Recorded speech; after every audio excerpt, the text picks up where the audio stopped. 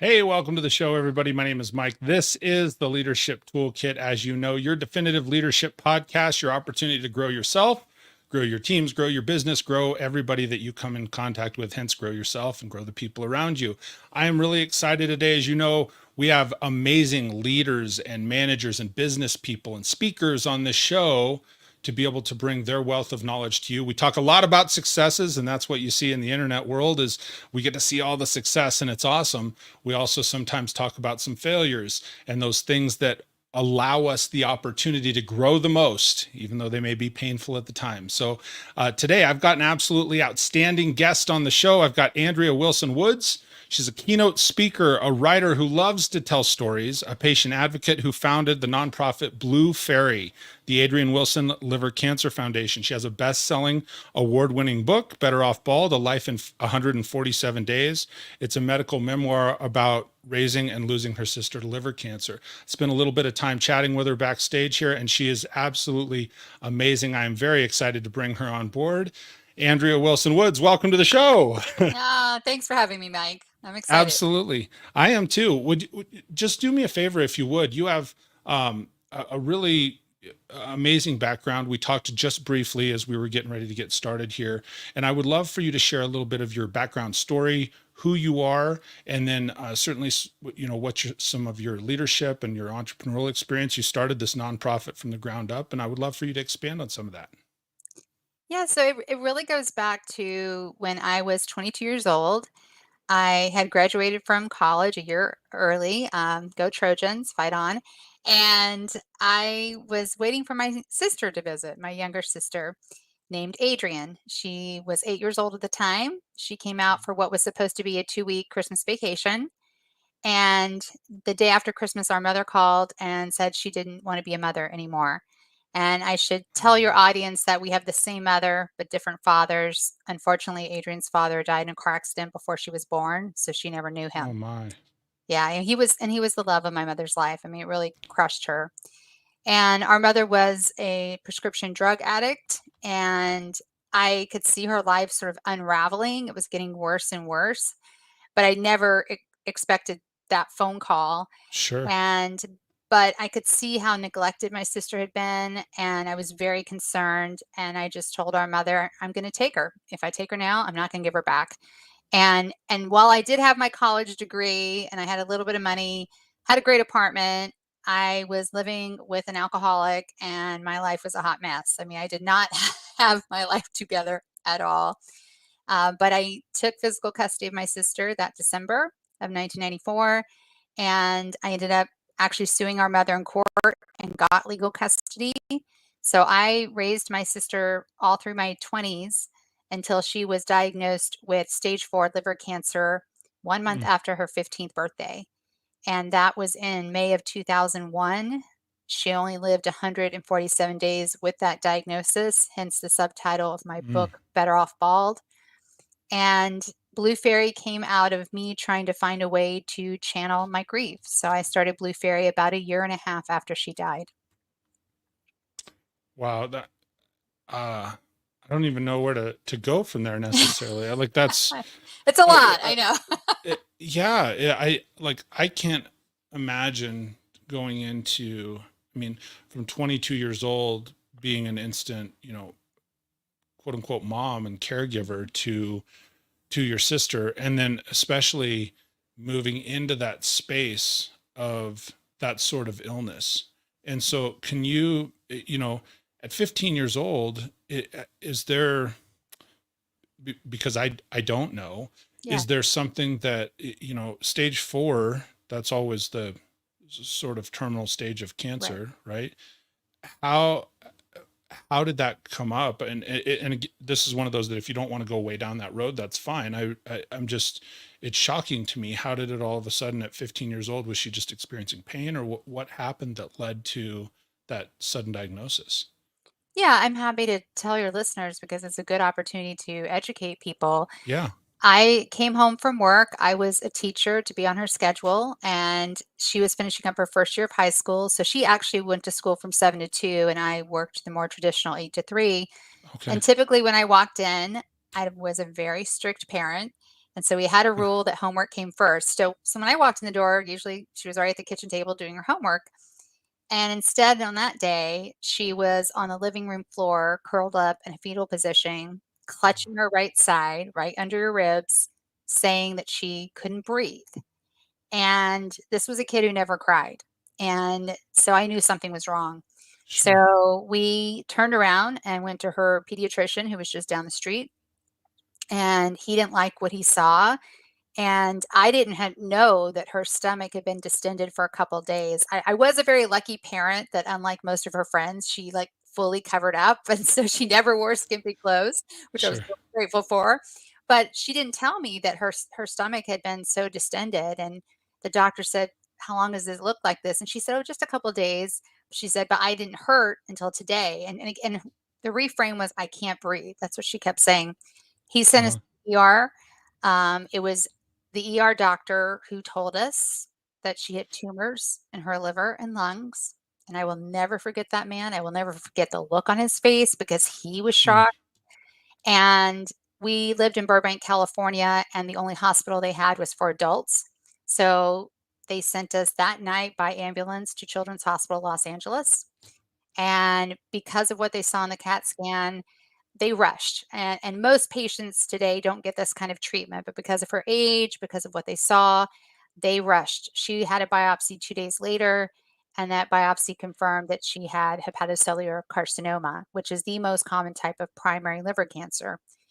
Oh. And even in that biopsy, the surgeon came out and could not believe what they were seeing in a 15-year-old Caucasian female who had never been outside the US.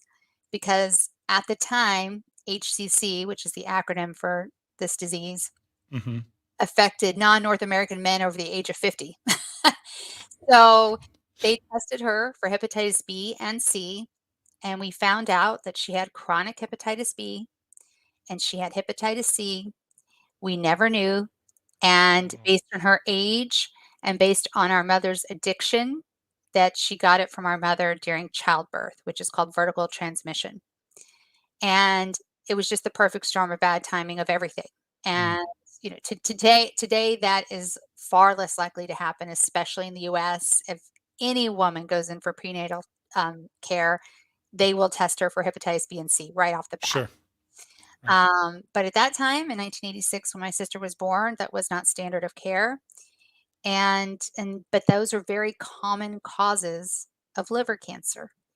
And so here was a very atypical patient with very sort of common underlying disease, even though her liver was actually not cirrhotic, but she was in stage 4. Wow. I'm so sorry to hear that story. I mean, that's like just hearing it, I cannot imagine. So you said you were teaching at the time Yeah. and you've moved. I mean, so fast forward, gosh, what is that? Uh, 20 years now Yep. since that It's been over time. 20 years. Yeah. And so you moved from teaching. What was your sort of, um, how do you even start from a parental, from a leadership standpoint? Because I believe as parents, we're leaders, we're leading our family, we're leading our Absolutely. Good kids. parents are. Yeah, Yes. and should be, right? Take note Right. of that, folks. Uh, write it down. That's So, right. so you're her parent and her caregiver. And at that point, because you talked like up through diagnosis, what is the approach? What's going through your head at that point? What are you saying? Okay, we're going to line this out. Do you immediately start with, um, like processes, procedures? What sort of thing takes place in you to start, I guess, advocating Yeah. for your sister? What do you do from there? Well, I think one thing that helped was, even though I had never heard of hepatocellular carcinoma, I couldn't even pronounce it when I first Mm-hmm. heard it, couldn't spell it. I had grown up around doctors and hospitals my whole life because our mother was a nurse. And so I Okay. wasn't intimidated by doctors. I was not afraid to ask questions. And I was also very, very organized. That helped a lot. And that's a requirement. Yeah. And the other thing is, I mean, I love my sister unconditionally. I've never loved anyone the way I love her. And I just could not fathom a world where she wasn't a part of it. I really, truly didn't. I mean, before we went live, I told you she was very much my North Star. She was. Absolutely. My life was not going in a good direction when she came into it. And my being able to focus on her and being a good parent for her completely changed the course of my life. And so when the cancer diagnosis came, I mean, I really took the same approach. It's like I was going to fight for her and for whatever she wanted. And we didn't always agree, mind you. So, for example, 15-year-old girl, weird. I know, You would- shocking, right? Shocking. But when she found out that one of the chemotherapy drugs they were going to put her on would cause permanent hearing loss, I mean, she completely lost her mind. She went bananas and was yelling at me, yelling at the oncologist. And because she was a budding musician and music was Mm, absolutely her life. She loved music. And she just said, I'd rather be dead than deaf. And so we made an agreement wow. that if there was any sign of hearing loss, we would change the drug. And sure enough, after 2 rounds, there was. And so we changed the drug.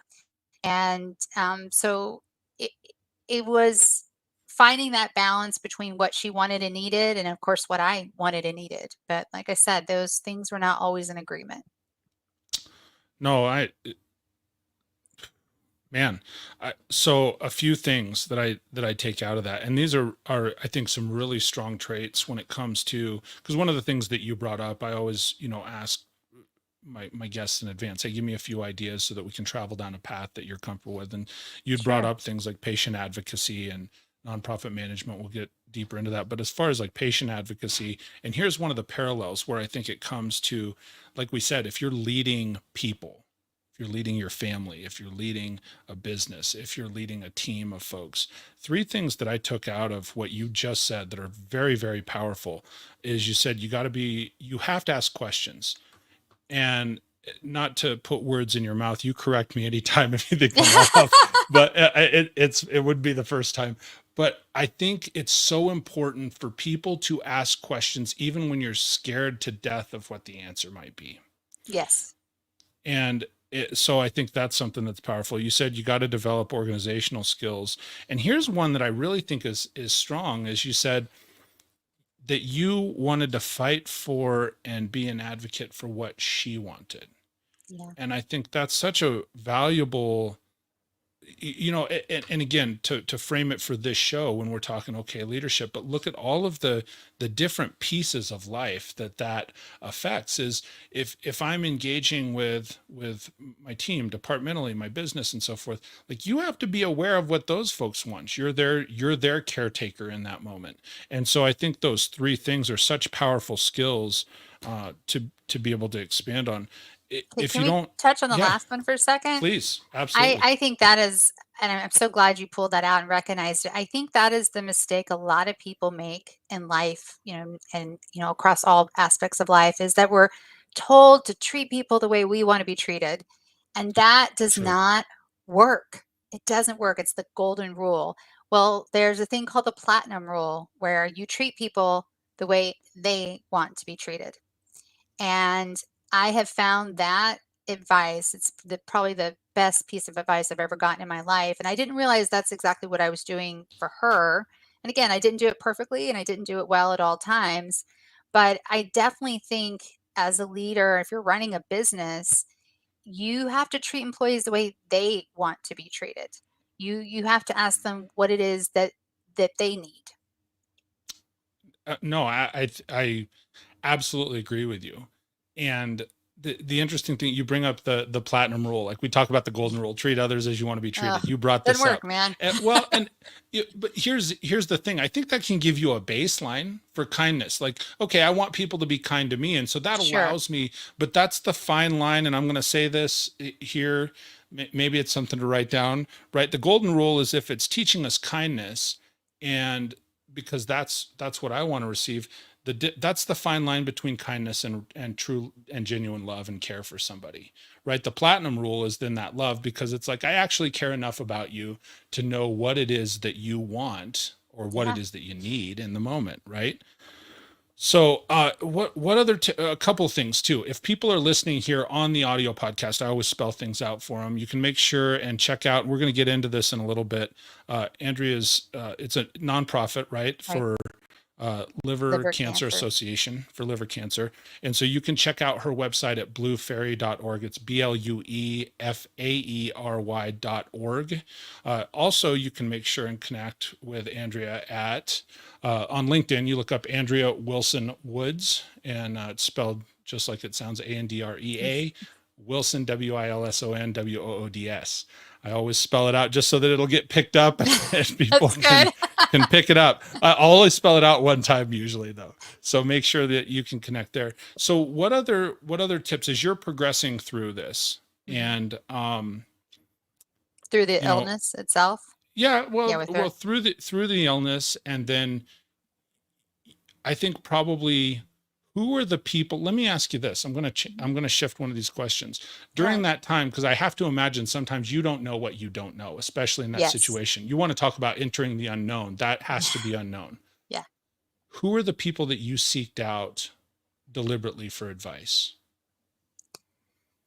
There was a friend of a friend who had a deep science background. So we reached out to her immediately. She was at UC San Diego at the time. And we reached out to her to get more information on the disease and the questions that we should be asking the doctor.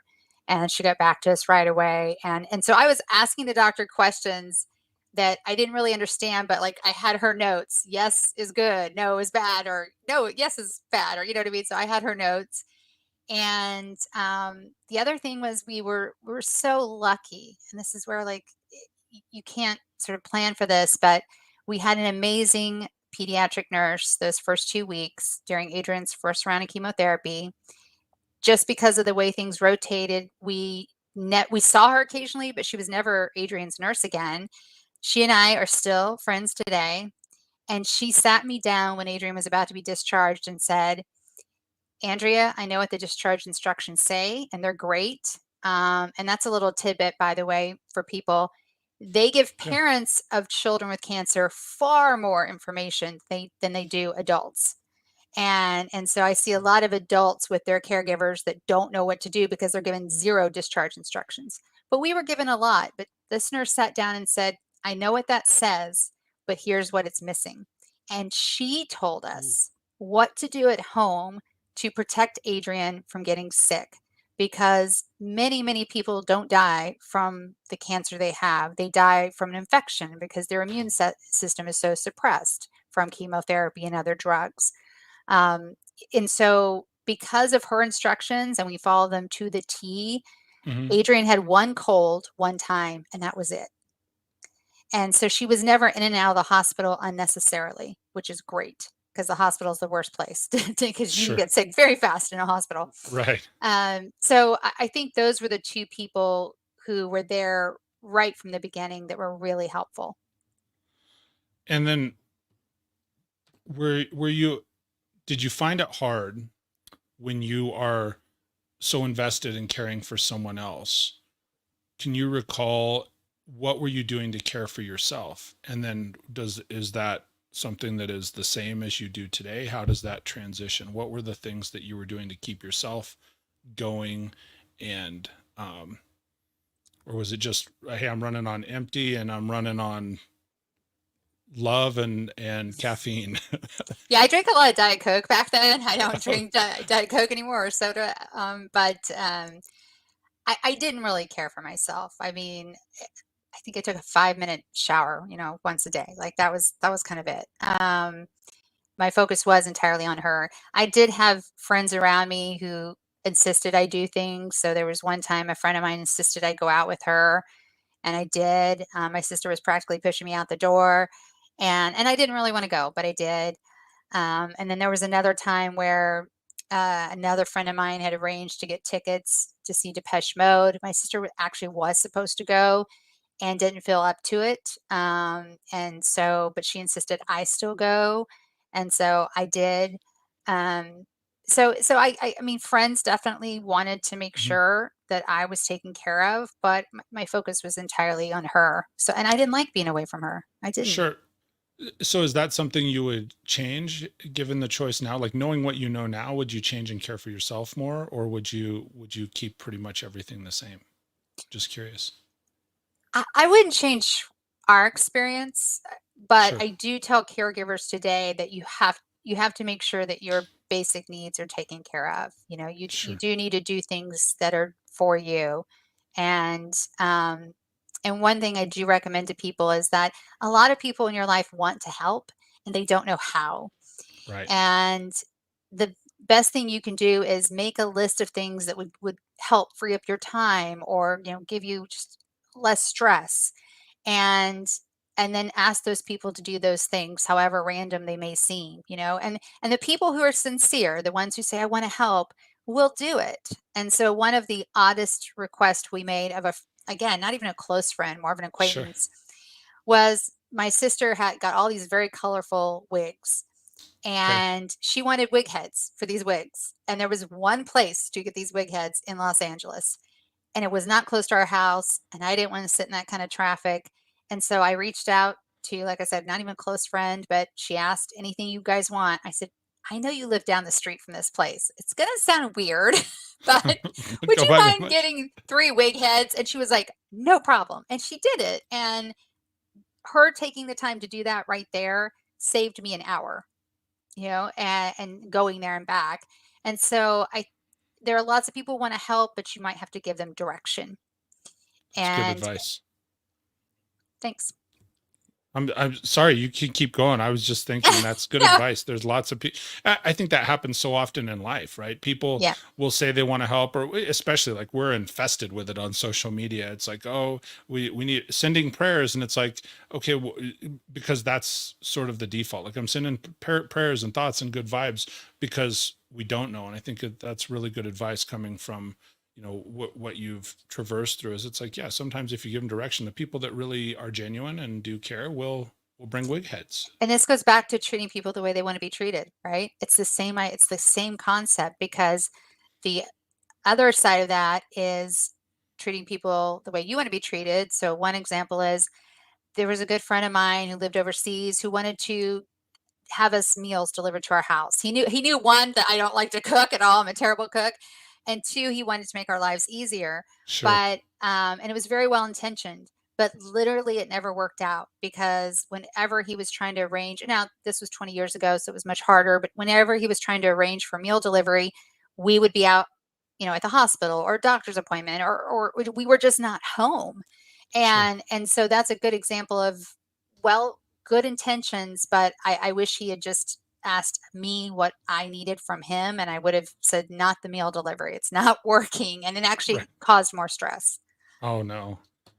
Um, Thank you for sharing all that, because I know Welcome. that can be really vulnerable. I mean, like even me hearing it and walking through it with you, it's like, my gosh, I just that's so difficult. I cannot imagine. So fast forward, you start the Adrienne Wilson Liver Cancer Association. When did you start bluefaery.org? It's Blue Faery, the Adrienne Wilson Liver Mm. Cancer Mm-hmm. Association. I started it about a year and a half after Adrienne died, Okay. and I was really looking for a way to channel my grief. And I went to the largest liver disease nonprofit in the country. I won't say who they are because they're still there. And I offered to create a program for them because they had nothing on liver cancer at that time. And I knew what Really? the trajectory was going to look like. I had no doubt in my mind where liver cancer was going based on my knowledge. And my background was writing and teaching and marketing. And I said, you know, I'm just want to volunteer. You don't have to hire me. And they absolutely wanted nothing to do with liver cancer. And so I did a lot of research. Really? Yeah. And I found out later that was an edict in the organization for a long time. They just didn't want to touch it. And there Hmm. wasn't a single nonprofit in the US doing anything in liver cancer. And there's a great Lily Tomlin quote that says, I thought somebody should do something about that. And then I realized that somebody was me. And that's exactly what happened. I mean, nobody else was doing it. And I was like, okay, we have to do this because I see where this disease is going. I'm just writing that down because I love the quote. I thought somebody should do something about that, and that somebody's me. Um, so how did you start to prepare when you're going and you're saying, like, it's one thing, because I think a lot of people, if you're in business, you're in Right. leadership, you're in, if you're human, I'll just say, I'll broaden it up. If you're human, like, everybody has some fire in their soul that lights them up. And Oh, it's you it's are one of much more those things. optimistic, my friend, than I I am. No, I think everybody has it. I think that there's a lot of people that suppress it because of what we get sold with society. They go, well, you got to do this and you got to do that and you got to do, That's and you got true. all the gotta do's. And so you try and conform to society and fit into, Yeah. all the things. So when you realized, okay, hey, if that somebody is me, I have to imagine, based on the experience that you've been through, you had that fire, I right? You did. had that I fire in your definitely belly did. and that fire in your soul. And you're saying, okay, we're going to start. And forgive me, because I said bluefairy.org earlier. I was looking at the website address, but Blue Faery, when you were going to start Blue Faery, like, what were, so you decided, okay, these folks, they're not helpful. Someone's got to do something about this. What are the first few steps that you took then to launch this? Maybe 3 to 5 steps at the beginning. You're saying, okay, there's not anything here. I'm the Yeah. person. Here we go. I went I lived in Los Angeles, so I went to I think it was called the Center for Nonprofit Management, Okay. and I got a lot of resources there. And that was also where I did a lot of research, realizing there wasn't another organization. I bought the NOLO California Nonprofit Incorporation book slash kit, which was amazing, by the way. It was amazing. And it was a step by step guide, because every state is different. I should say that Mm-hmm. every state's different. California is one of the most regulated with nonprofits. And so it was a step by step guide of how to start a nonprofit in California. Okay. I also had a close knit group of friends who were all sort of aunts and uncles to my sister. They didn't have children yet, and they were there for her cancer journey. And so I talked to them about it. And in fact, I wish I could take credit for the name, but I really can't, because I wanted my sister's name to be in it so people would remember her. And of course, I Mm-hmm. wanted the words liver cancer so people knew what we did. But I felt like, from a marketing perspective, something was missing. And so I reached out to this tight knit group of people, said exactly what I just said to you. And I Mm-hmm. said, something's missing. Help me out. And every person came up with some version of Blue Fairy, because blue was my sister's favorite color. And I wouldn't let her dye her hair until she was 14, and she went crazy. And when she was diagnosed, she had blue hair. So, Jeez. and I mean, she was red, purple, blue, every Sure. color. And then she got a blue wig because she wanted to maintain her look, she said. And then that summer, she bought these blue butterfly wings that she liked to wear when we went out. I And saw that on your site. yeah, and she just loved fairies. Uh-huh. And so it was kind of like right there in front of me, and I couldn't see it, but everybody else could. And so that's where the name comes from. So those were some of the steps I did. I mean, I like I said, I went to an organization that oversaw nonprofits. I bought a book and a kit, and then I reached out to my immediate support network and talked to them about it. And many of those people were some of the founding board directors. I love it. And I think that's good advice for anybody. If you're planning on, like, when you're planning on tackling that thing, and I'll reframe it just a little bit here, because again, I love it's funny you said the NOLO for nonprofit. Like, that's so, that's It's old like, school, I remember, right? it is like, oh, I need legal advice. I gotta go get the NOLO It whatever was for it, right? amazing. Yeah, that's funny. But I think first and foremost is, for anybody, when you're starting the thing, or what I'm taking from this, whatever that thing is, when you're starting the thing, the first things first is, you have to be deliberate in seeking out the what is the process, what are the Yeah, experts, what is the truth of this thing. Like, you were deliberate, like, I'm going to seek this out, and here's where I'm going, the Center for Nonprofit Management. And that was because it fits in that vertical. That's that's where right. you started. The Yep. second thing is, then you said, hey, I got the NOLO nonprofit kit for California. But listen, it worked. is It over was amazing. 20 years ago. And even now you're referring to it and saying, hey, this was great. We didn't hire an attorney. We did not hire an attorney to apply right. for the nonprofit. Yeah. So again, that's one of those pieces that it's deliberate. And here's one thing that I think, and you correct me if you think I'm off on this one. I think so often as leaders, as managers, as business people, as nonprofit directors, we get all these things and somebody says, hey, this would be a great idea. Hey, this would be a great idea. Hey, this would be a great idea. And so we dip our toe in 3, 4, 5 different things and we don't commit to what that one thing is. And then we'll say that 5 of them didn't work. And what you're saying is, well, no, I just committed to this one thing. And fast forward, because you and I know exactly what that is. You'll laugh about it and you say, well, hey, the Nolo thing, but you put all your eggs in that basket and it worked out. I did. And then the third thing that I heard you say that I think is just absolutely excellent was you had a friend group of counselors and advisors that probably all had different backgrounds and different strengths. They did. And it's the same thing we said earlier when we were talking. One of the first things we said when we were talking about the advocacy, you said you have to ask questions. Well, fast forward, we're starting up this thing. You got to ask questions, and you have to be prepared and willing to accept the answers that they give you, even if they don't fit within what your box is. Yeah. Right. Yeah. I still remember one of our founding board directors. He was more of a friend of a friend, but I knew him. He was an attorney. And so he had nothing to do with the nonprofit application part of it. Thank you, Nolo. But I still remember the two of us sitting down on Veterans Day, because we both had that day off, and we wrote the bylaws for the organization. And I had never heard of like bylaws before. Like I was like, what? I mean, besides, what has to do with the Constitution. So we wrote the bylaws together step by step and spent the whole day, spent 9 hours doing it. Like I said, that memory is so clear to me. I would say the only caveat is some of those people who initially got very involved did not understand what I was trying to do. And so I do tell people, beware of going into business with your friends, like beware, because a few of them seem to think, I have no idea why, because I never said this, but seem to think it was some kind of grief counseling for me. And I said, no, I want to make the world a better place for future liver cancer patients and their families, because there's nothing for them right now, absolutely nothing. And we can do better. And I lost a lot of friends throughout the years in the process, and especially the first few years, because they really didn't know what they were signing up for, which when you're signing legal paperwork that goes to the state, I don't understand how you don't know that, but they didn't really get it. And also, this was a big career change for me, and I think that was hard for some of my friends to wrap their minds around.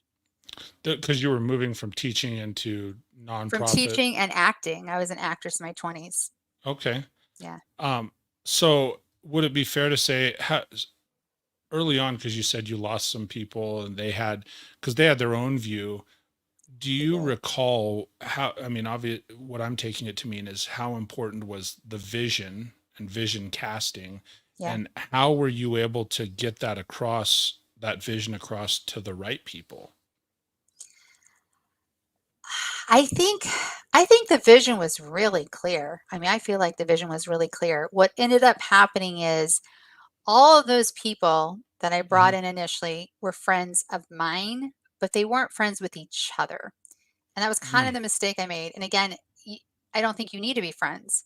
But there was there were just a lot of personalities that conflicted than I realized. Like I didn't really understand how important personal dynamics are among people, even a board of directors of a nonprofit. It's so crucial.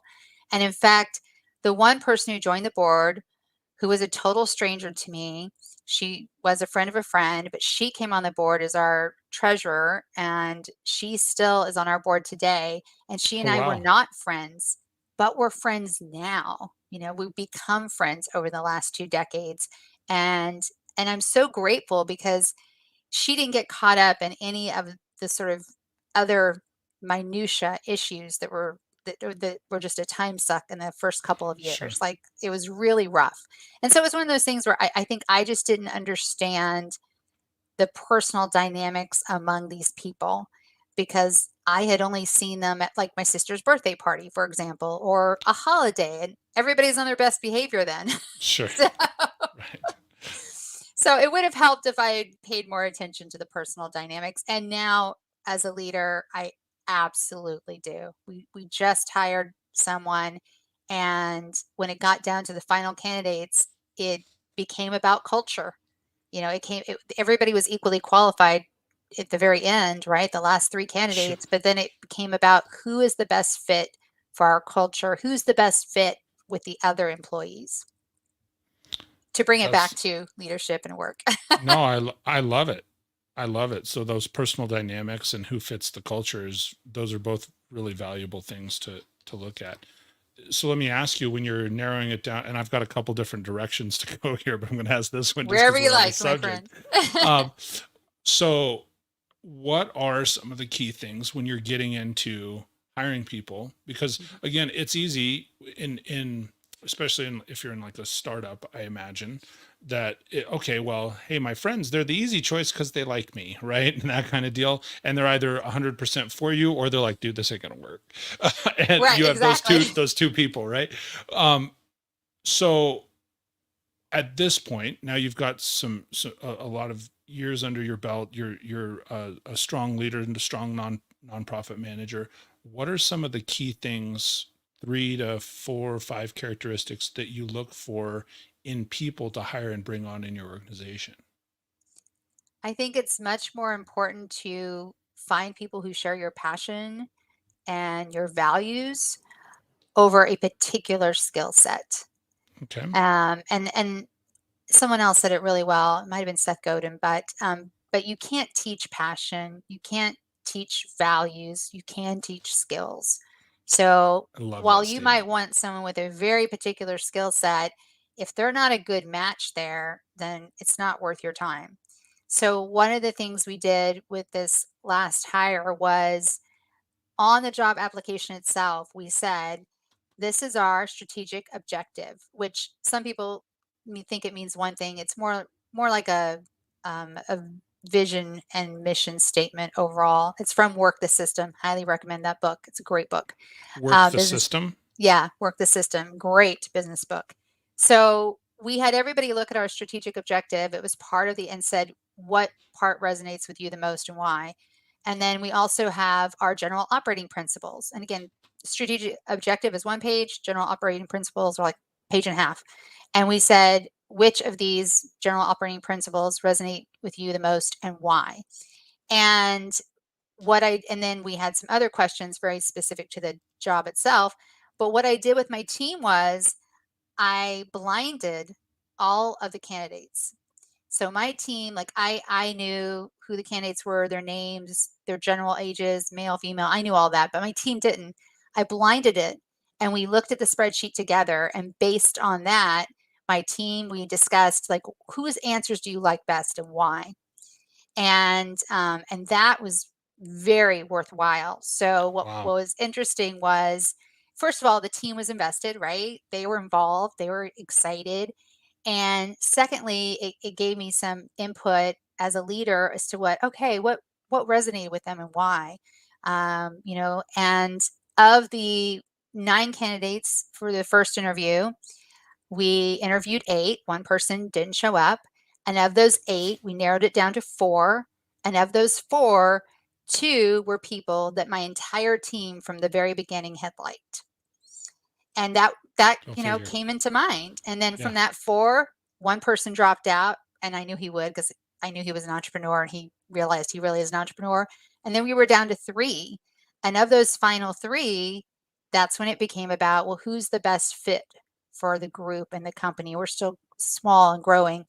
And of those final 3, there was one person. She was one of the top people that everybody liked her answers to without knowing who she was. And That's it was very methodical, but I'm very happy to say, like, she's been amazing, and she's been with us 6 weeks now. that's really, really phenomenal. I think there's so many nuggets of wisdom in that, and I'm gonna reshare a Yeah, couple. please. I love the fact, and I always reshare this with people. I encourage people when they're listening to the show or watching the show, like take notes. You can take so much from this sort of insight that's shared here.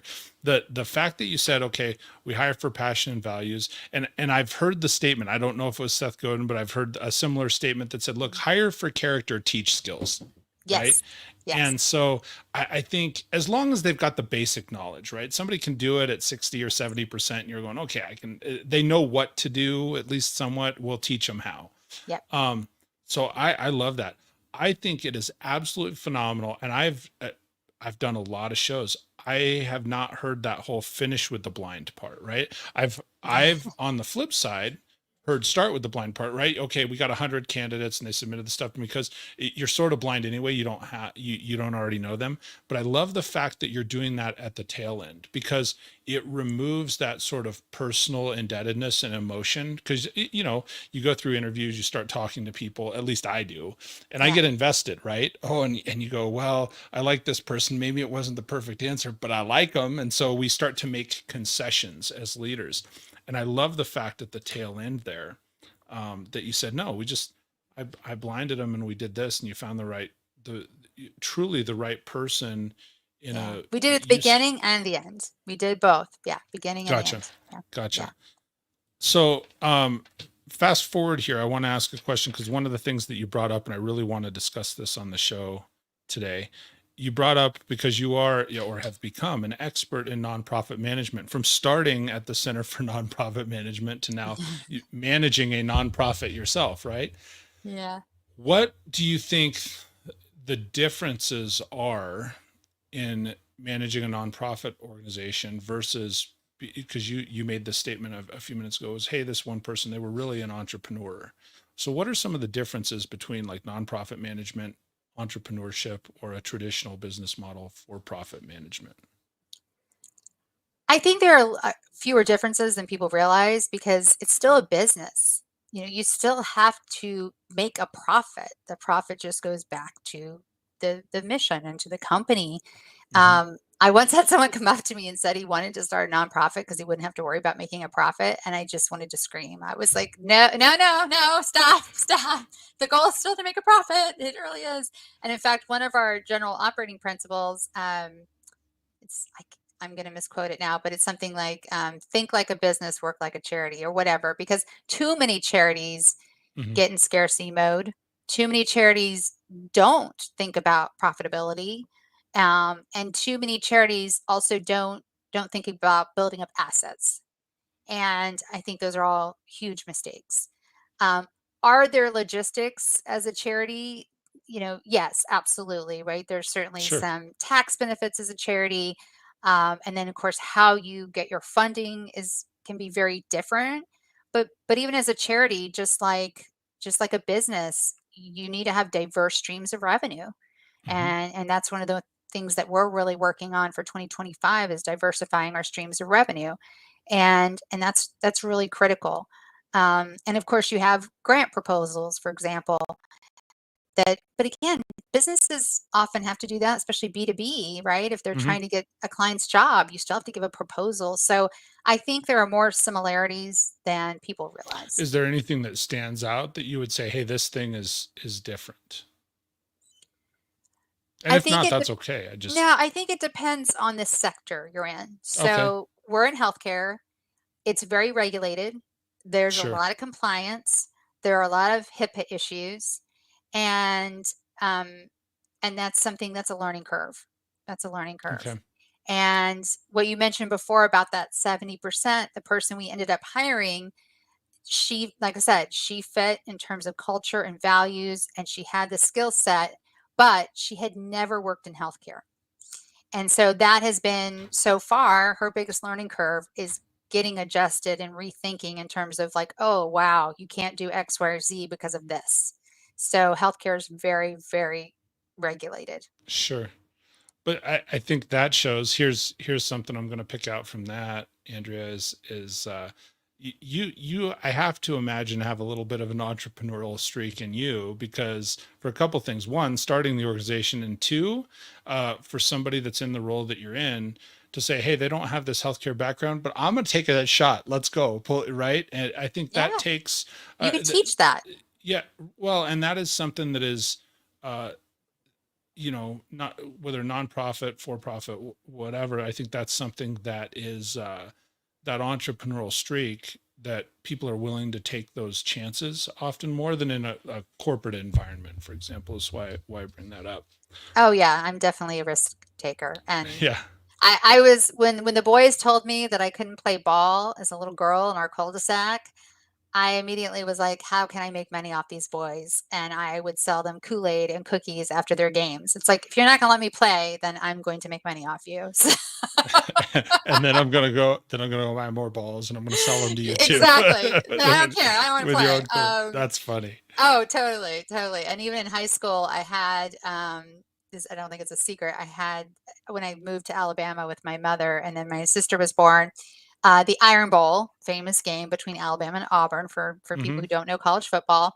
So I forgot what it was called, but I had like a what are those 10 squares, the 100 squares, the betting things? Like, what was that Oh, called? like just doing like football squares Yeah, type of football stuff. Yeah. squares. Yeah, but Yeah. like I did that in high school to make money.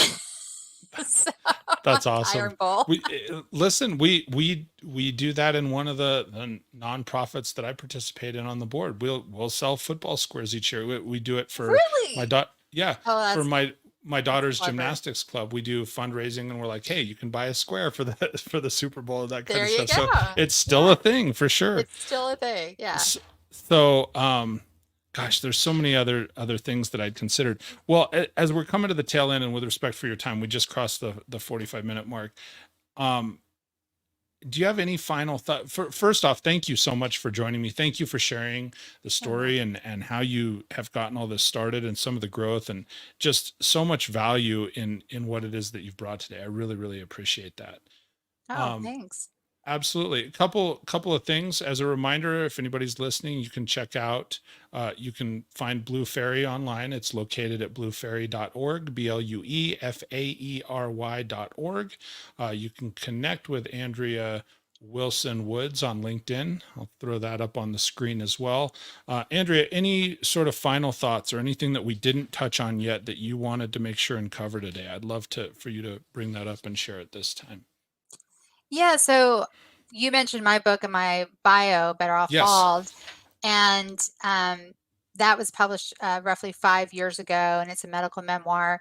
Well, Blue Fairy published a book in March titled "I'd Rather Be Dead Than Deaf: A Young Woman's Journey with Liver Cancer," and it's my sister's story in her own words, because she was an incredible writer and kept journals from the time she was 10, but she got really serious about journals when about a year before she was diagnosed, and she kept a journal up until weeks before she died.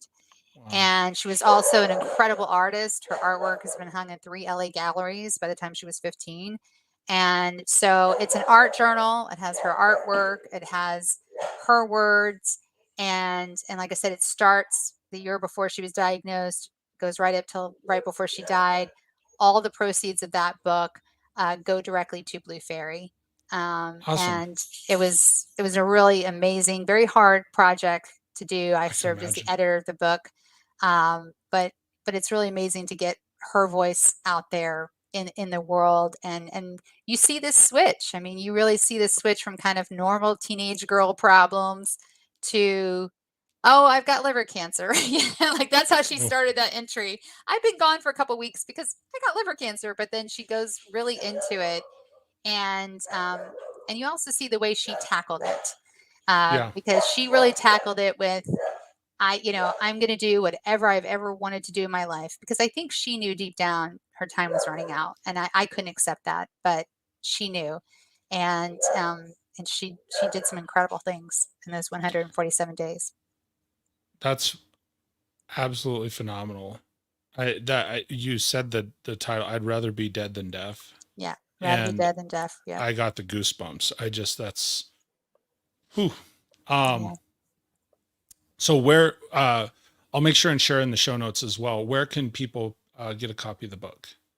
Amazon, wherever Amazon. books are Okay. sold. Yep. It's Okay. going out to libraries now as I don't know if you had well. Yep. specific on the website or anything. So I'll make sure and share the Amazon link then as we get going. And thank you, Andrea. Thank you so much again for your time today. Thank you for sharing. If you would just hang out for a minute and I'll go ahead and take us out. Okay. Sounds great. Thank you. Absolutely. So ladies and gentlemen, that's going to bring us to a close for another episode of the Leadership Toolkit with my new friend, Andrea Wilson Woods. What a powerful, powerful story. What a powerful story. And just her background. And then I would encourage you, go back and listen to this again. So much wisdom that she shared, stuff about asking questions and organizing and making sure that platinum rule, right? Fight for what the people that you're advocating for want. It's not just, especially in society now, it's not just about you, right? So it's one thing that, and that's that line I mentioned, it's between kindness and love. And there's so many other great pieces about how to start a business and how to get moving if you're starting into a department or a new role. Make sure and go check that stuff out. Do me a favor, if you would, please, everybody, throw some thumbs up on this. You know, one of the ways that this show grows is certainly if we've got, you know, likes on whatever platform it is you may be enjoying this from, but then also most importantly, if you know someone that would gain benefit out of this story, out of the show, please share it with them. That is one of the most powerful things, is to be able to share the show and Andrea's voice, and just to be able to share the wisdom and insight that she shared with us today. So I thank you so much for everybody taking the time to tune in and join me. And I look forward to seeing you back here next week on the Leadership Toolkit. Thanks, everybody. We'll talk soon.